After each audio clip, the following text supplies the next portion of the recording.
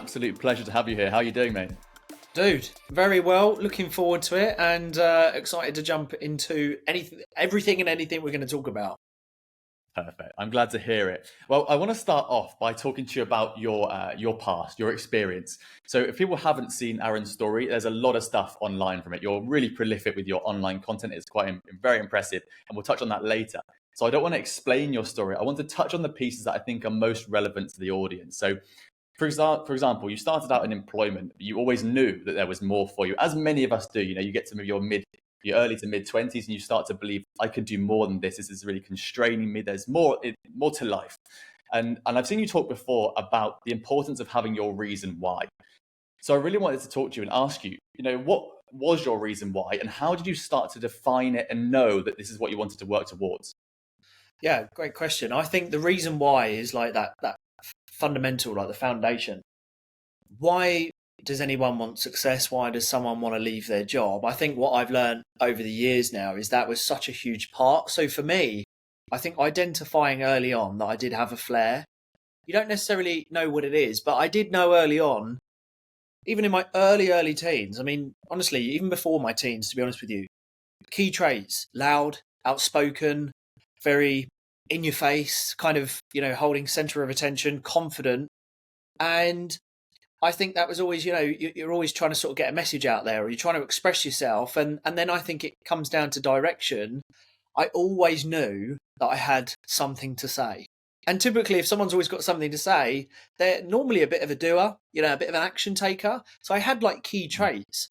And then one thing, which I get asked all the time, how did you learn to be so disciplined? I've got to be honest, I've been disciplined just from a very young age. I played high level sports. I've seen my parents work incredibly hard. So discipline from a really early age was instilled. Now, if you can apply, and this is my opinion, if you can apply hard work, being very confident, outspoken, merge that with discipline to get something done, you make great progress.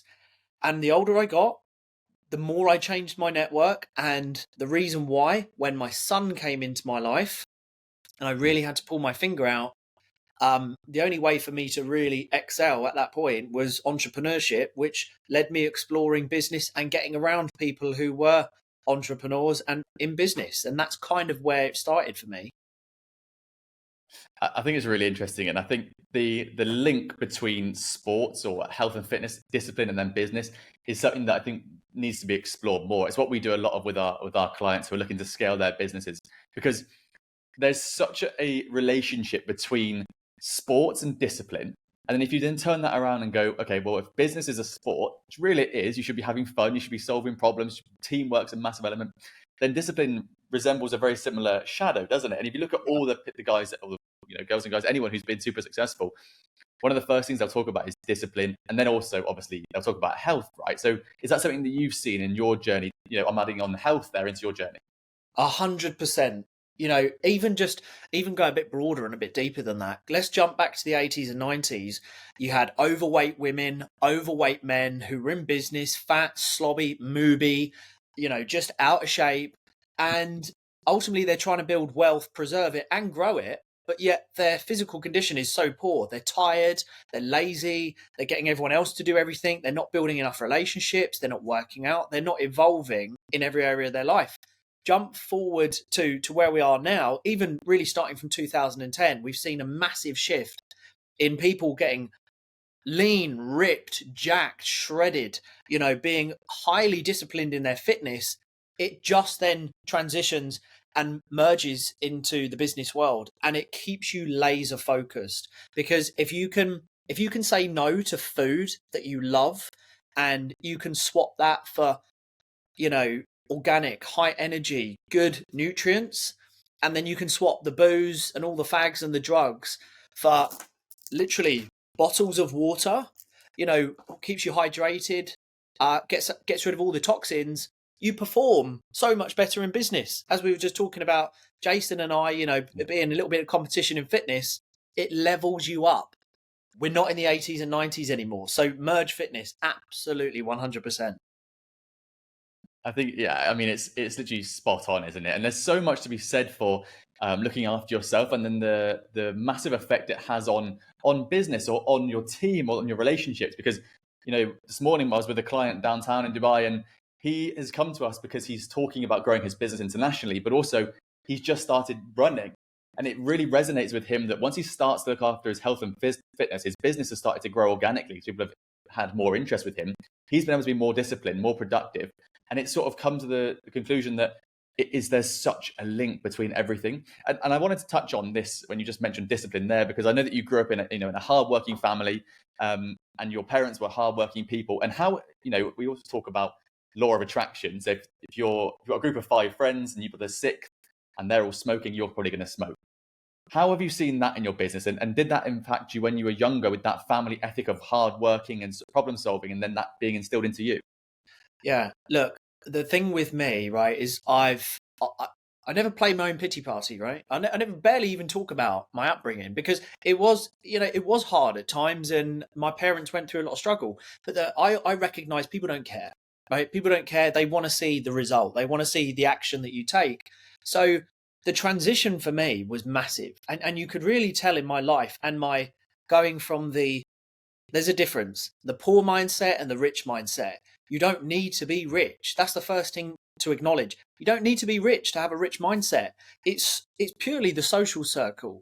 If you hang around with poor-minded people, lazy, just claiming everything that they can, they have no ambition, you fall into a slump. And bad momentum's real. And once upon a time, I used to be around those people. The people that loved the pub, the people that loved the drugs, the people that were fighting, stuff like that. Once upon a time, I spent half my life as a skinhead. No hair, covered in tattoos, was a boxer. Used to be a little bit rough. Didn't even talk like this 10 years ago. I'm covered in tattoos. Some of them mean stuff, some of them don't.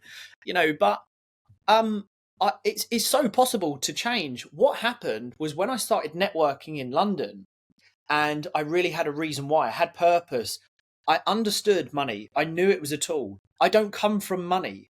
So money actually makes me happy, because I don't then have the struggles that my parents had. I shifted my social circle.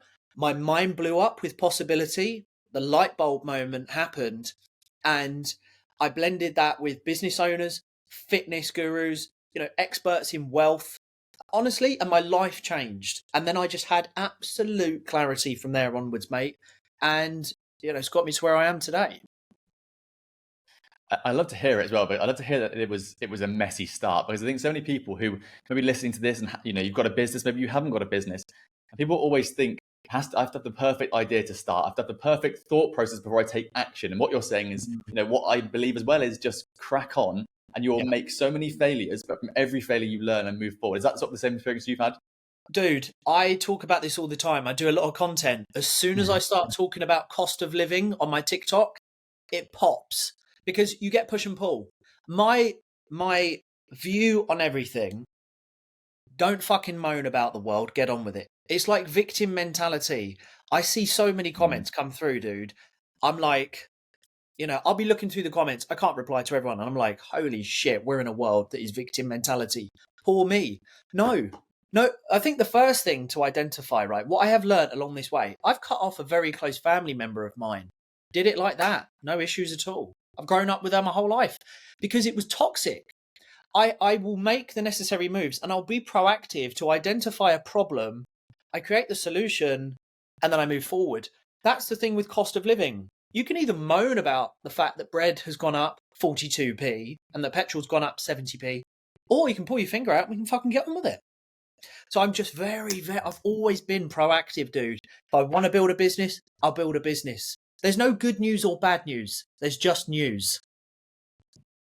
Yeah, exactly. It's actually how you respond to it, isn't there? And you've also mentioned before that you started your entrepreneurial journey pretty young. Selling things like sweets in the school playground. And I wanted to ask you how those experiences early on perhaps started to create a mindset of there is more than just trading my time for money. Yeah, I think, do you know what it is? It stems from when I talk about money or making money from an early age. I've tried eBay shop. I had a little wedding business. I've sold dust caps. Don't ask me how I got the dust caps. But, I've sold it all, or I've tried to sell it all. And the thing is, I take it back to my family. I didn't come from money. And when you see your mum and dad struggle because of money, you think, right, well, to solve that problem, I need to have money. So therefore, it was always a hustle and a bit of a strive to make more money. And I actually enjoyed that. I actually like sales. I like the dopamine hit of it. I actually like being rejected. And my son's exactly the same. I'll go street interviewing in my local city centre and I'll go up to people all the time. My son does the same. I let him loose, he'll just go up to anyone. And people go, no, no, no, no. And I'm like, I don't care. I'm like, who's the next one? Because there's going to be a yes, because it's a numbers game. And I loved making money because then it solved so many problems for me. And now my money that I make also helps my parents. Perfect. There you go. There was a reason why the whole time. The amount of people that we've had on the podcast that have got super successful businesses, and they all touch on, if you want a business, not a hobby, get good at sales. If you think it's just about marketing, if you think it's just about creating that perfect product, you're always going to fall down at the first hurdle, which is actually making that money, actually making a sale. So looking for those rejections is such a good way to do it. I love that you've touched on that. What I wanted to ask you now was really around the day that you quit your job. So you've come up, you've got all these experiences, you've learned, you're healthy, you're fit, but you know there's more, you know you've got your reason why. What did that day look like, or that period leading up to the day you quit your job look like, and how did it feel? And just talk us through that experience. There's so many people will be listening to this going, I couldn't imagine that day. Or maybe they can, but they just want to know what it's like. I broke out, baby. The day that I quit my job was the best feeling ever. And it truly was, because it at that point was total and utter independence. I, at that point, had 100% control of where my life was going to go from there. I'm accountable enough, I'm highly disciplined, and I take full ownership of where my life was going. The day that I got a message I got an email on my last day of work, it was a shitty email. I'd already been thinking at this point of quitting, and I was already financially secure at that point because I spent years in my full-time job also building my business. So the day that I had an email come through on my last day, right, I got this email and I looked at the guy who I worked with very closely and I said, I'm fucking done. And he was like, what? I was like, mate, I'm gone. Like, I don't even need to put up with this shit. And I kept it on the low for so long. And I never had the perfect day or a day in my head where I was going to quit. But that was kind of the breaking point. Dude, I shut my laptop. I rang my biggest boss. I said, come downstairs, I need to talk to you. I had a chat with her. I told her everything that was wrong. I told her about what I did. She already knew because they'd already found out. And I told a few managers what I thought of them. I shut my laptop. I then went and carried on building my businesses. And I knew that they would watch from the sideline. And even to this day, dude, all of them who didn't want me to succeed, they all watch me on TikTok. No way. You can see that they watch you. They're like interacting and stuff with you. Hey, some of them have joined my lives. No way. Isn't that interesting? Yes. So how does that make you feel? I fucking love it. And I guess that drives your passion to help other people break out, right, with your programs. Yeah. So on the last day when I quit my job, when I called down the biggest boss, I said to her, do you know what really frustrates me about the employed world and entrepreneurship? And I said, this is why I'm leaving today. I said, I can't comprehend anymore that when I come in here, you're all backstabbing each other. You're all trying to play off for promotions. You're all talking down to each other. And it's all because of your pay packet. And I said, I mean, some of I bet you're on about 70 to 80K. And she sort of like sniffed at it. I knew she was on about 70. I was already doing 6 figures at this point, but no one fucking knew. And I said, and what I can't comprehend is when I leave on my days off, I'm surrounded by multi-millionaires. You know, some of my dearest friends turn over hundreds of millions of pounds. They have massive corporations in London and Dubai. And I can't get over that on my days off and every moment that God gives me spare to build my business, I'm surrounded by ambition, drive, self-reliance, discipline, helping one another. The more we collaborate, the more pieces of the pie that we all get. I come back in here and you're all talking to each other like shit. It's done. It's crazy, isn't it? But that's such a cool way of being like, I didn't just make a jump and just try something. You already had put the foundations in place, which not everyone has when they leave a job. But they've at least got their idea. They've got something to go, these are my skills, this is my genius. You know, if you look at Roger Hamilton's genius test, where can I actually make a stance and take myself going forward? I think that's brilliant to hear, and it's so motivational. And I wanted to touch on the mindset piece, as you have done a video I've seen online with a really, really cool quote from Tim Grover in it, which says, if you think the price of winning is too high, wait until you get the bill of regret. So my question to you is, what does it take to change that mindset and challenge yourself to accept that it's okay to win? So firstly, one of my favorite quotes, and you really got to listen to that. So people don't even know what that is, but when you hear it, if you think the price of winning is too high, wait till you get the bill from regret. Now, regret bites everyone on the arse who don't take action, those who procrastinate their entire life. Now, for me, I have seen no money from when my parents were working their socks off. I've seen what it's like. That bill of regret, had I have gone down a similar path of just working and going through the motions in life, although they have provided everything. I love my parents to death, right? But the bill could get passed on. It now sits with me. I have my own family. Aaron, what are you prepared to do? Aaron, what are you willing to sacrifice? Aaron, do you want to keep up with the Joneses, or do you want to make an impact? Do you let your son continue into a world that is becoming dramatically hard because you want to keep up with the Joneses, pretend like you're rich, do what everyone else is doing, become a yes man, have no soul, have no purpose, have no fulfillment, and then the price of regret bites you on the arse. The bill of regret bites you on the arse. And when you're dead one day, your son has to go through the shit. Fucking no chance. Absolutely no chance. I'll put my mind, body, and soul through everything. So there is no way I was leaving that for my son and him to pick up all the pieces, because I wanted to fulfill my needs in the time. I wanted to be lazy. I wanted to enjoy. So that really resonates with me, because we have I really understand the possibilities that we all have. We all have free resources. We all have so much information. And the thing is, you can absorb it, self-educate, and then apply.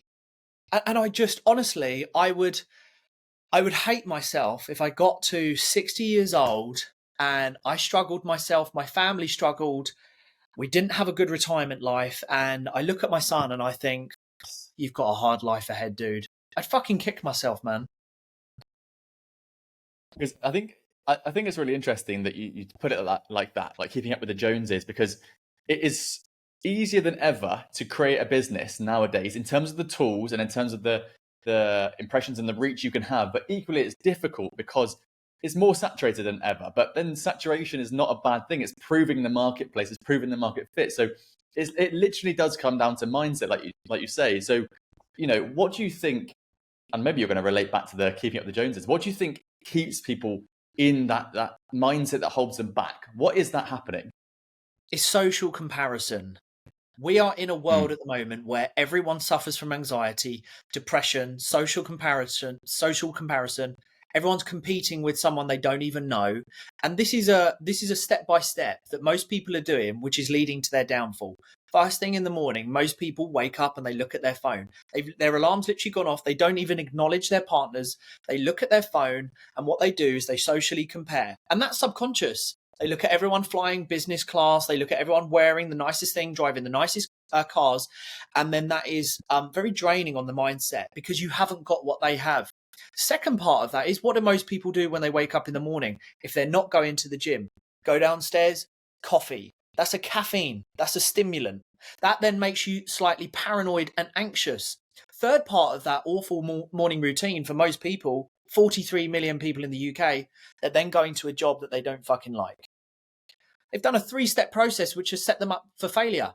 7 days a week, every single day. Now you're anxious, depressed, and you're comparing, and you don't do anything. You procrastinate because you're constantly watching someone else's life. Turn this fucking thing off for a start and only create. I mean, that comes to you. Yeah, exactly. I really like that. And Daniel Priestley was on the podcast recently, and he was talking about, you've got to create, never consume. And what he was talking about as well is that AI is only going to get better at keeping you in the loop of scrolling, because it knows exactly what you want now. So if you make that choice to only consume, you're going to struggle to ever create, because you're going to feel like I can't possibly do anything. And then as soon as you take a step into entrepreneurship, you're like, oh, it feels like everyone's an entrepreneur here. But it didn't when you're employed. Like it's whoever you surround yourself with is completely true. What's your opinion, or what would you say to people that say, it's okay to be employed. For some people, employment is fine. What's your sort of advice or thinking behind that? Absolutely fine. So, is it okay to be employed? Of course. Of course. There is nothing wrong or right about being employed. Just the same with Mm. business. But again, what do you want from life? I think that's the first question. Do you want to provide for your family? Do you want more time with your family? Do you want financial stability? This is a lack of information. You don't know what you don't know. Unfortunately, most people think the only way to provide for your family, the majority of the population think that employment, going into the system, is the way that you pay the bills, you go on holiday maybe once or twice a week, and you have to stay in that job as long as you can. You fight for that job, you play off against other people, you brown nose, do whatever you have to do, because that is the British or American dream. You have to sit and climb the ladder. But again, it's information. Most people don't know that business and entrepreneurship is not the same in the 80s and 90s. Today, you can design a remote lifestyle. You can design a business around your lifestyle. And again, I think when we educate more people, I think we'll start to have, a balance that will come in. We'll have people that will be thinking, okay, maybe I will go into business or entrepreneurship, but people aren't there yet in their education. Nothing wrong with employment, but for me, the grass is greener on the other side. You're in control. You do what you want. You answer to fucking no one. Possibility. I learned about the Dunning-Kruger effect in my last year at my old corporate job, and it was quite life-changing because it's that effect where you have a level of incompetence which rises as you understand more and more about something, but you get to a certain point in that growth chart where you get to the top and you then realize how much information is over that hill that you didn't know. And I think that is a massive thing in entrepreneurship. Everyone sees the Instagram and goes, or TikTok and goes, business is going to be easy. Employment's boring or difficult. I'm going to go be an entrepreneur. And maybe it's the same the other way around, but they then go into that sort of challenge and they didn't realize how much there is to learn. And that works in so many ways. There's so much to learn, which is difficult. There's also so much opportunity that you've never thought about. I mean, we know people in Dubai and in the UK and the US that have businesses you would never have realized could be a business, selling stuff that you would never have dreamt of. Yeah. But there's a market in everything. And that's that Dunning-Kruger effect, isn't it? That you didn't realize what you didn't know, exactly what you said. Yeah. It's really, really interesting. And I think a big issue. Go on. No, I was just going to say, you don't know what you don't know. Yeah, exactly. I think a big issue for a lot of people is like you say, caring what people think of you, right? Such a big issue just in the world today. And we've talked about comparison being the thief of joy. But what do you think about why we care so much about others? Because we're going to move on to sort of social media soon, which is where your bread and butter is growing on social media. Why do so many people care what other people think of them? What's going on there? If you're asking me, I think we're in a world where everyone cares what everyone thinks because no one wants to be made irrelevant or be the odd one out. We are getting used to finding our cliques. We want to be in a clique. Now, naturally, humans want to be in a pack, right? Because that's how you survive. If you take it back to cavemen times, we were in tribes. So there is that kind of primal instinct to cling on to a group. But I think we need to get more comfortable in working on your own, talking to yourself, having your own thoughts, making your own opinions. Aaron, do you want to go down the pub? No, not really. Okay, I'll see you later. Without being like, he doesn't want to, he doesn't want to come down. I've always done what I fucking wanted. And do you know what? I think the reason why I don't suffer from any anxiety, I've never had any depression, because I've always fucking done what I wanted. No one's ever come up to me and said, Aaron, you can't do that. I'll go, why? Even in my workplace, I think finding a level of contentment and being fulfilled with who you are without having to look at everyone else and wondering what everyone else is doing. Someone said to me the other day, dude, did you see that post? No, I don't. I don't look. I don't look at anyone's stories, really. I don't consume. I only create, and I create for a purpose. So I think it's being relevant. It's, will they watch me? If I do this, can I show off? Can I keep up with the Joneses? They've gone and bought this. Maybe I have to go and buy it. It's all fugazi. It's all clout. That's the problem. Everyone wants to look like the next person, opposed to being just you. That's really true. Everyone wants to be the Alex Hormozy in the business world, don't they? And it's almost the same. It's the same in the gym. I think it's a really good comparison there again to health and fitness, that people don't join those gyms. I spoke about this morning on LinkedIn that one of the most intimidating things I've ever done is join a CrossFit gym. But it was only intimidating because I perceived it to be. Once I was in there, I was part of the community, and it was like the best people I've ever met. It's literally perception, isn't it? Of course. Look, dude, I boxed for a long time, right? And I remember the first time when I was doing interclub sparring, my first bouts, when I became licensed, when I was sparring bigger kiddies, I used to think it's going to hurt if I get punched in the face. But, it's like what Mike Tyson says. I adopt this. Everyone's got a plan until they get punched in the face because you don't know what's coming around the corner. Life is full of like twists and turns. And I spoke to a very successful business owner many years ago. I must have been 18, 19. And he said, if you're going to go into this journey, he said, let me give you some advice. He was like late 40s. He said, just honestly, just enjoy all of it. There's going to be so much involved if this is the way that you're going. Just remember to stop and enjoy it. So things like, I'm blessed to be able to do this podcast. I get to do this podcast. I get to go through my own struggles. We've all heard that kind of stuff, but you do have to remind yourself, we get to do a podcast right now where other people are sitting in a warehouse or an office fucking doing their absolute screw. Blessings, right? And I think that is so much more powerful than people will give it credit for. I think people will just say, oh, that was a nice motivational thing that Aaron said. If you actually think about that, even write it down or think about it later on in the day, reflect on it. Reflection's so powerful. If you go, how lucky am I that I get to do this stuff? Like you said earlier, it starts to dissipate depression, anxiety, those evil thoughts of self-sabotage, because you're able to say, my life's different. And actually, you've said this before, and I'm a big advocate for it, which is you're creating your own life. You're creating your own future. If you just make a few changes, and like you said as well, you don't have to quit your job. You just have to take more control. And part of what I'm doing in 2024 and towards the end of 2023 is protect my time more. I know that I work best in the morning, so no one can distract me. I don't have any meetings in the mornings. My phone is in the other end of the house. I don't get it. It goes in that room between the hours of sort of 7 p.m. once I've done my Duolingo. And then in the morning, I do work first, go to the gym, come back, then I've got the phone. And I think protecting your time for me is massive. And I wondered if you've got some tips on how you can protect your own time other than sort of just saying no. Absolutely. This is one thing that every year that passes, my time becomes more and more valuable. Once upon a time, I'd do this, I'd do that. I'd spend time, I'd make time for this person, or we'd go out and do that in peak times. Now it's like super, super value. I time block everything. I have all my meetings scheduled, all my calendar. I make sure that I have my priorities first.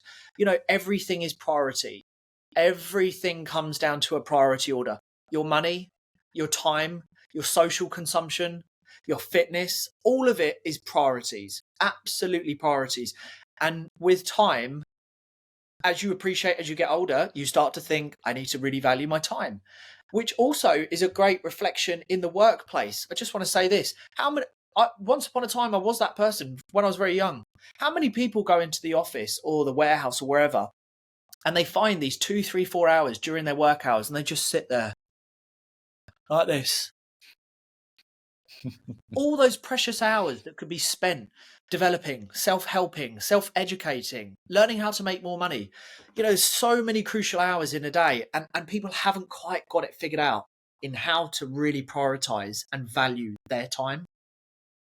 And that, that's funny. It reminds me of someone that I know who he once told me that he'd worked out how much time he'd have to sit on the toilet every day at work to get a free week out of his office, in his job. And it was only something like 10 minutes a day. If you waste 10 minutes a day, that works out as a full working week. And he was sort of thinking that was a good way of doing something, getting money for free. And I saw it the complete opposite of a sort of lack of self-respect. That time, yes, you're getting paid for it, fine, if that's your end goal, but you could grow in that time. Imagine what you could do with 10 minutes a day. It doesn't sound like much, but it compounds just like business success does. Just like you said, personal success, you might have a win and then a fail and a win and a fail. But over time, if it's going up in the right direction and there's enough wins, it starts to compound, then momentum starts to build, and it's all there. You just have to wait for it to sort of compound, which leads me nicely onto TikTok. Because no one on this podcast, I don't think, I have to look back, I don't think anyone has spoken about TikTok or their rise to awareness on TikTok. We've had people that have done lots of stuff on LinkedIn and YouTube and Instagram, but you have managed to work out how to build a community on TikTok. And I don't want to talk about algorithms, because I don't believe that it is purely algorithms. Algorithms are just patterns that you have to learn. It's community building, which you've done incredibly well. So the first question is fairly broad, but what would you say has been your trick or your method to growing that community on TikTok? It's such a new platform. I have grown rapidly on TikTok because of core reasons, right? Authentic. I've been very transparent. I've shown up every day. I've been consistent and I've added value. Every single day. I've not missed a day for the last 14 months that I've been on TikTok. And I've never gone for a vanity metric. Any of my posts have been because I believe it. It's truthful. It's my experience. It's my opinions. It's what I think of the world. And within that, I try to offer some value that people can take away from every post. I'll come in hard hitting. I'm good on the hooks. I'm very outspoken. I'm very bullish. I'm full of no excuses. I have none. And I think over time that has resonated with people, and certain videos have obviously done very well because it's hit a pain point that people can relate to. And also, do you know one thing? I know a lot of people that pretend they've come from hard times, and when I know they're born in the West Wing and they've got rich, I fucking know them, right? I can smell a West Wing fucking boy or girl a million miles off, right? I've got the story. I've been there. I've worn the t-shirt, which is why I can turn around and say, I know what it's like to poke your head out of a council estate and hear the staffy barking away. I've even got a staffy, still now. She's old, bless her. I've been around the I've heard it all. I've been there. I've got myself out of it. And I've really portrayed that in my content. I've just been very authentic and I've live streamed a hell of a lot. I've given away so much free value. And I've tried to be a people's person. I've done that for 14 months, every single day. And that's it. So you've grown to over 250,000 in 14 months. Yeah. That's the growth that you've seen. Yeah. Wow. I've done now over 260 million views as of today. Yeah. That's insane. That's congratulations. Brand new business off of it. Yeah. Brand new business off of it. I've developed multiple streams of income off of it. I've worked with countless amounts of brands. I just did a brand yesterday with a partner with Google, Wix, Canva. I've had huge amounts of sponsorship from it. I've had a lot of opportunities. It's game changing. TikTok, people, this year in 2024, TikTok is going to change the game if people get on it, are loyal to it, and pump heavy value driven content. I don't think people are quite realizing yet how big this year is going to be. I read a lot of articles. I stay very close to it. This year, if you dominate TikTok, you could be on TEDx talk, like you could be fucking everywhere. ITV. And then you've also got you've got the TikTok store that's been out for 4 months in America already, and it's done hundreds of millions of revenue, hasn't it? Dude, I can only stress this. In 2024, TikTok is going to 10x its commercial spend. That means more revenue streams. That means bigger advertisers. That means more sponsorship, more endorsements, bigger paying brand deals. I mean, they already pay a fucking fortune at the moment anyway. But that's only going to get bigger. That's going to mean speaking gigs. Honestly, I'm super excited. And then if you know how to convert and funnel, I'll do videos. Like I pump out a lot of content, but on average at the moment, I'm probably like 3-4 million views a week, maybe 12 to 13 a month, something like that, whatever. I have a huge amount of conversion rate. My lead generation is, I can't even tell you, you're talking rocket high, right? Okay, so say if someone's listening to this and they're starting out on TikTok, they've just got their account, all they use it for is to consume. What can they start to do? What would the advice be from someone that's been there and done that? Yeah, so honestly, that's a question that comes up in my comments all the time. I just can't answer all of them. Is how do I grow fast? What do I need to do? Literally, those are the two questions in so many words. You have to, just like any platform, to grow on TikTok, you have to find a niche. Then you have to find a way of delivering value. Then you have to be interesting.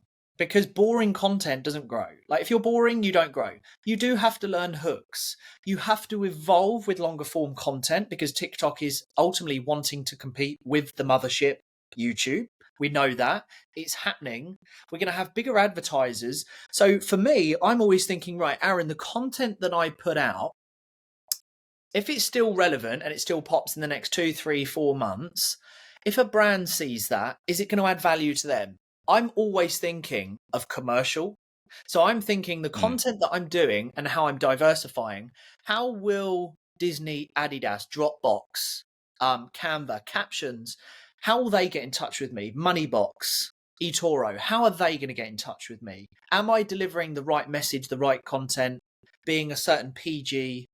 Am I delivering the right message? I'm always thinking commercially, and this is the year to really do that. So I would value engagement, make sure that you're inviting the audience in. I never produce content as well that leaves you with the feeling of, meh, that's all right, swipe.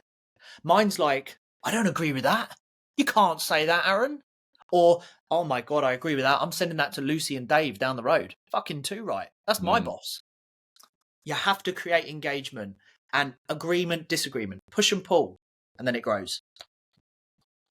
Well, it's such a good bit of advice, because people are always just going to go, this is how you grow by just trying to hack the algorithm. But to be able to hear someone who's actually trying it and testing it and understanding that maybe longer videos work better. You mentioned lives earlier as well. Lives are a big deal.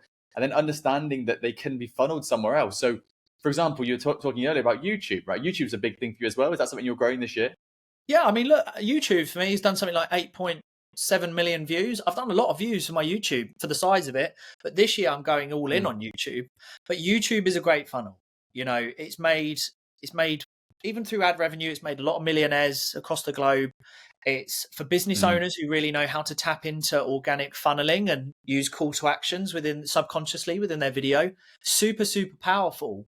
Social media, just to broaden this and generalize, social media is your window shop. That's your Mm, validation. Like, who are you? What you do? How can we work with you? That's all it is to me. mm. I don't like the word social media. It's my window shop. How can I bring customers in, add a load of free value, and how can we upsell and over deliver in that It's such value that we upsell? Yeah, it's such a good way to think about it. And so, what do you hope that someone takes from your content, whether it's a TikTok or an Instagram reel or a YouTube video? What are you hoping that you can impact them with? Possibility. Never have any excuses, and you can have a result. Be proactive, have empowerment, financial empowerment, look after your money, and your money will always look after you. Live a very lean life. As of recording this, I'm wearing my own merch. I've got Primani joggers on. I've got my sliders and my white socks. I don't spend a lot of money. My money looks after me. I have private medical care for my family. We live a pretty good financial life. We have everything we want. We have no debt. And that is because of all the opportunities that I've seen, that I've educated, I've applied, I've been rejected, I've gone through failure, I've still shown up, my rebound time's very quick, and I show up every single day, rinse, repeat. And that is the result of my own form of success. And I'm not even the definition of success. I'm really not. But in my little world, my family's little bubble, we're doing all right. Because I don't sit on my ass, I'm proactive. We have so much opportunity. All of us. That's what I want people to take away. It's amazing. And it's worth mentioning as well your podcast as well, because you've had some incredible guests on the podcast, which has also come through that awareness, right? You're able to now speak to people that are sort of steps ahead of you, and you can learn from them. So how has that been for you as a sort of a platform? Podcasting's the greatest, right? Because you can have these conversations and you're always talking to someone who's like-minded. Like even talking with you, I was with Daniel Priestley, I'm with Jade Beeson next week in London. I've got some incredible people that have been on the podcast and who haven't been on the podcast. I'm just very blessed that I can pick up a phone that, has a value, probably sitting in this about $2.8 billion. And I can ring people and go, look, I'm struggling with this, and if they can't answer me, they'll go, look, Aaron, what we'll do, let me introduce you to, so-and-so, and they'll be able to, just like with you. I'm sure you get loads of introductions. You've had awesome guests. It's all through the grapevine. It's all through being likable, having a little bit of ambition. There is, there's a bit of a, hidden rule. Entrepreneurs like to help other entrepreneurs. We all want to do well, right? And there is enough to go around, and, collaborating, and it's all for the taking. It doesn't matter whether you've just been released from jail, you come from a council estate, you had a big XL bully, and I don't know, whatever, right? I've seen them all. I've been around all of them. It's fair game for everyone.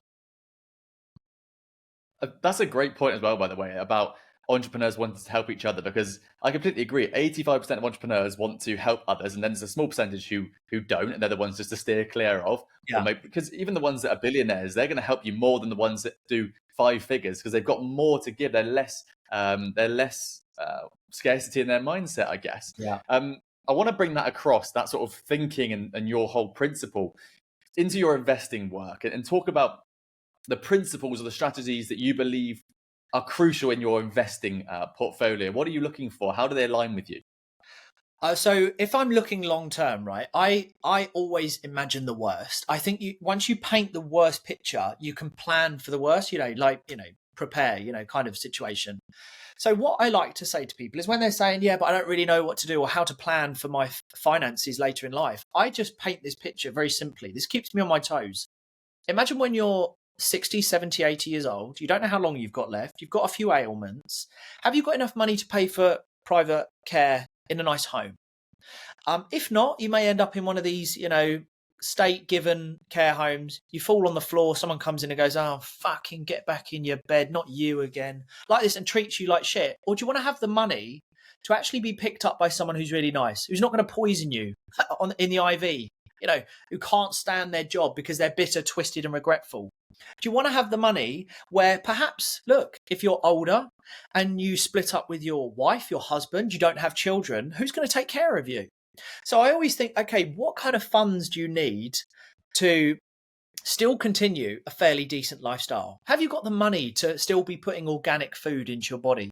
Can you still afford a membership? So when I invest into things like peer-to-peer, fixed investing, private lending, I'm a silent partner in a development company. So, when I'm investing long term, I'm always thinking I'm going to have this beautiful big fuck off pot. I'm not going to rely on a corporate pension that where the UK is in so much debt and there's been so much quantitative easing, and the UK is backed by no tangible assets. The day that I come and fully knowing that there's 26 billion worth of funds that are not even being used by their owners, by the people who've been paying into the pension, sitting there waiting for the government to dip into it, I'm never going to rely on a pension. So I always plan my investments around, if I want to hang up the boots by 45, 50 years old, what does my pot need to look like? And then I go aggressively into that. I always plan 20, 30 years ahead. So I love that, because you're reverse engineering it. And I'll just add on to that. What you're saying is you're planning 25, 30 years ahead, but you're very much taking the steps right now, which is what most people don't do. They plan 25 years ahead and then they take no steps for 20 years and then go, shit, I'm 5 years away and there's no way I can make this happen. So it's just really, really cool. So what would you say to someone who's listening perhaps and they go, I don't know what the next step is for me to take? Maybe they're looking at a 25-year plan, but they don't know what that next thing to do is. What would you say to your audience to make them just make a small change? I would say 4 evaluations. So just to generalize, when anyone is looking to change their life, you need to do 4 evaluations. Your self-evaluation. Why do you want to change? What is your reason why? You actually have to have a consequence or a repercussion for you not changing your life. If you're comfortable, you come from a rich family, you have no drive to change your life. So number 1, how bad do you want it? Your self-evaluation. Number 2, nothing happens if you're around the wrong people. So it's a social evaluation. Open up your WhatsApp.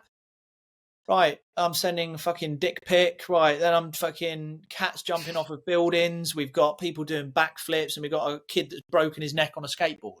If you're sending all that kind of shit to your friends, bin them off.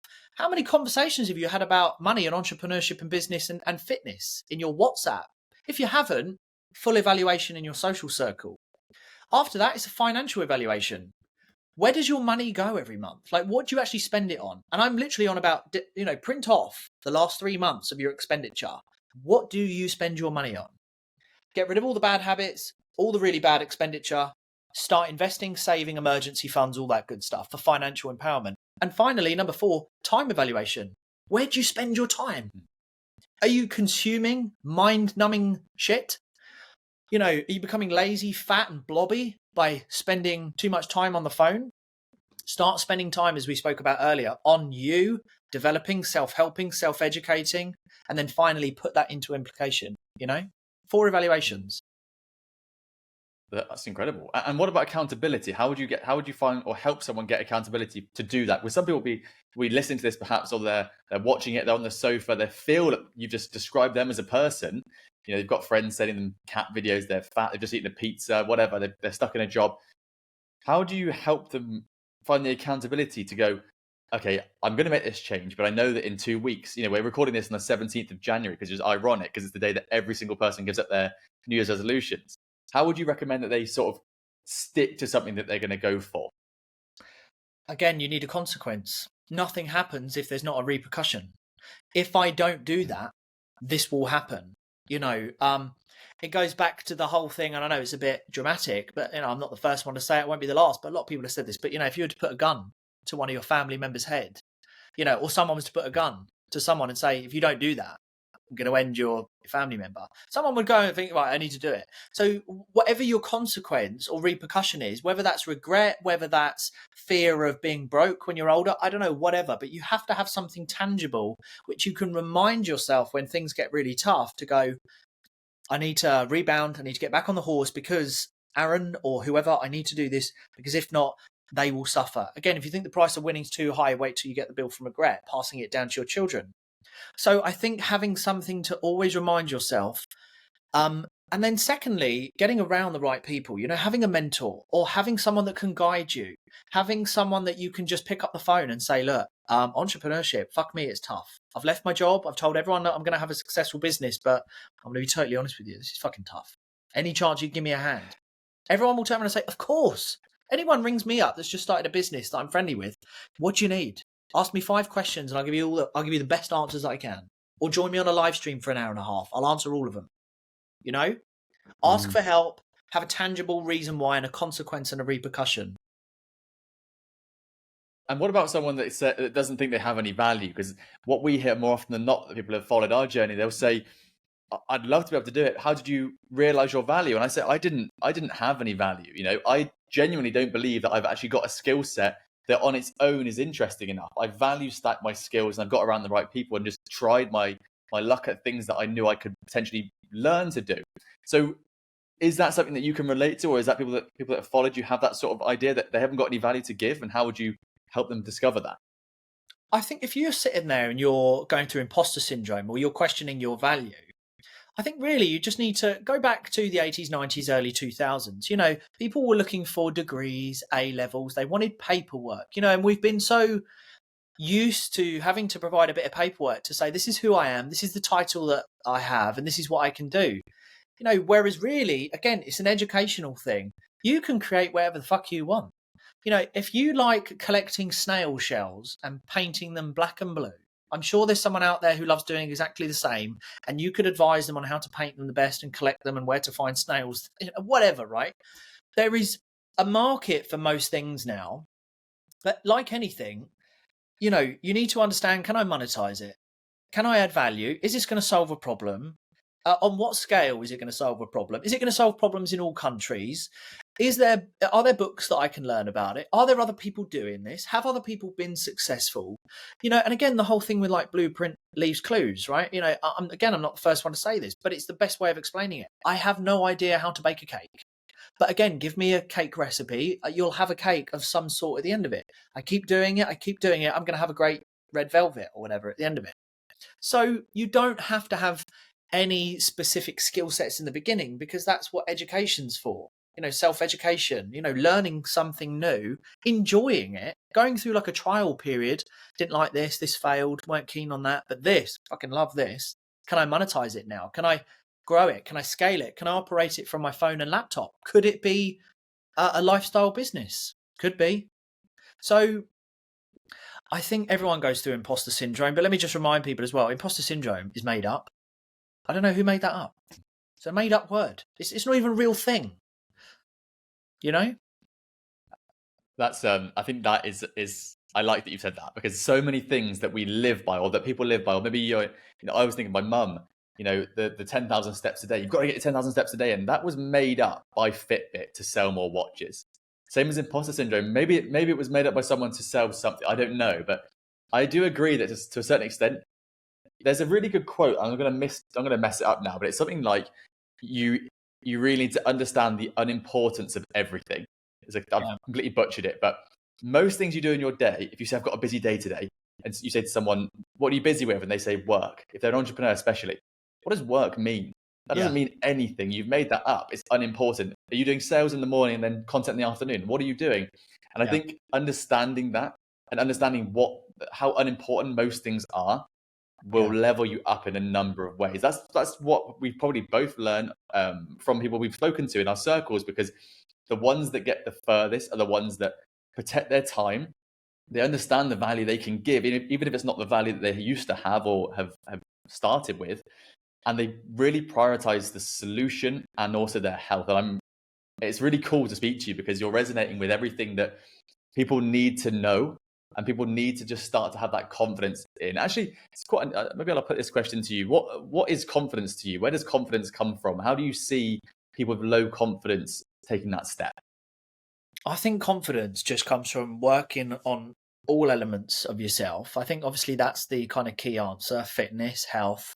But again, we underestimate being around the right people. If someone who wasn't very confident spent a week with me and I introduced them to my lifestyle and who I'm around, I guarantee you that they'll think in a different way. They might start working out, and that will resonate in their confidence and their self-esteem. But it's like in the workplace, we have a lot of people that aren't confident and they have low self-esteem because they haven't been allowed to be themselves. They've fallen in line. They've never said what they truly want to, again, for the fear of losing their job. It's always the fear of something. Well, if I don't do that, if I don't conform, if I don't go down to the pub when everyone asks me, they'll think this of me. Whereas actually you need to sit back and start thinking of yourself a little bit more. I think that's the problem. Again, it goes back to everyone's watching everyone else and what they're doing. And that then decides what they should be doing and what normal society looks like. What is normal? What the fuck is normal? Some people would think I'm a bit of a hermit. Some people would think Jason's a bit of a hermit. Some people would think other people's a bit of a hermit. Don't really go out, don't really spend too much money, don't waste money. But I haven't got to go into a job where I'm going to be told what the fuck to do. So what is normal? I think taking a little bit of control back, getting your fitness right, eating cleaner, being around people who hold themselves very accountable. It goes back to, you know it, I know it. You are a mixture of the people that you hang around with. So if you want confidence, start hanging around with people who are quite, outspoken, confident, very driven. And you'll start to think, okay, maybe I could do that. Maybe I'll follow in their steps. Maybe I'll do some of the things that they do. Maybe I'll start training twice a day, whatever it is. So, but yeah, confidence holds a lot of people back. Yeah. I completely agree. And I think it's really cool that your program is talking about how to break out and break free, break through, because when you're on this side of employment, not necessarily employment, I think that's unfair because some people are completely trapped in their businesses as well. We've got to remember that entrepreneurship is not the be all and end all. Yeah. But it does make you think that, especially what you're talking about, create, don't just consume. It does feel like the world is created or is run in a way that holds most people to a desk, because if they didn't, it would be incredibly hard to control the world order. Maybe we're going to start to put the world to rights now, but that's what it feels like. And only those that are rising above are the ones that are, creating. And I always say this in our business, you look at the people that are doing the best, and not necessarily even entrepreneurship. I think a really good example is someone like Jeremy Clarkson, Piers Morgan, these people that have been on our television screens for a long time and clearly have a lot of money. And they don't know anything about what's on TV in the evenings, even though they're of a generation where everyone's watching TV in the evening from 7 p.m. onwards. They're reading books, they're reading newspapers, and it's still consuming, but they're learning so much more. And I wonder if that's something that you've seen in your journey. Like once you started to learn and add to your own knowledge base, you start to be like, wow, this is actually not easy, but I understand the process better now. Yeah, I've done a whole video on why you should turn off the news, about how it affects you mentally. Okay. It increases paranoia, anxiety. It will make you depressed. It will make you fearful of what's to come. You're always, it's putting yourself in such a negative Karen, moaning Mike mindset, victim mentality. If you consume, read, or listen to the news. I don't listen to the radio. There is a very common trait with a lot of successful people. They don't watch or listen to the news. They don't actually really know what's going on unless someone has openly said it, or they happen to see it pop up on their feed. Even then, I remove a lot of it. But the thing is, like with the cost of living, right? prices might be going up slightly here and there, but there is some truth in ignorance is bliss. And when there is that slight ignorance and you are just moving forward in your life and you're always being proactive, learning, how can I make more money? Can I scale my business right? Can I evolve in a way? You don't notice the 40, 50p going up. If you're going down the pub and you're spending all your stake money, life's so tough. Oh, yeah, Karen's had an affair with Mike down the road and, blah, blah. I've heard it all. Right, there's loads of them out there like that. They will moan about gas and lecky and white lightning and beer going up and you name it. But they'll do fuck all about it because they're consuming what the world is telling them. Again, cost of living. Take the crisis off. Cost of living. It costs you to live. But they throw on the little word crisis at the end. Crisis. Yes. It's clickbait. But the thing is, people buy into it. It's switch off the news, your life becomes purer. There's a slight ignorance is bliss, which is a healthy thing. And then you can, start to make moves because you're not consuming the shit. I completely agree. And I want to finish off talking on, to sort of take what you just said there forward on goal setting. We're still in January. I want to talk about goal setting because Parkinson's law effectively states that work will fill the amount of time that you give it, right? So I've set some really audacious goals this year, personally, professionally, and also just other things I want to do, like learning languages, sports, that kind of thing. And I've done it every quarter because I know that if I say I'm going to get into this sort of shape or I want to compete at CrossFit this number of times, if I say I'll give myself 8 months, I'll train in the last 6 months. Although I train every day, I will train harder in competition prep later. Because if I say I'm going to do it in early Feb and continue to go, I know what's going to happen. I know I'll hold a higher level of myself. And that's the same with language and same with business. So how have you gone about your goal setting for this year? If someone's listening to this and thinking, I might leave my job or I might make a change, what are the goals or what can they learn from you about goal setting to make some tangible steps? So I actually do what you just said as well. So when it comes to goal setting, I goal set every quarter. I don't aim too far ahead. I know what I'd like to achieve broadly over the year, and I'd like to aim towards that, but it's very realistic to do things in quarters. So that's why I book multiple fitness goals. So when it comes to personal fitness, that's why Jason and we've got a Tough Mudder in April. We've got London to Brighton in June. We've got Snowdon in March. We've got another Tough Mudder in September, because again, that keeps you on your toes to make sure that you don't go, oh, it's ages away, I'll do it then. So you're held accountable.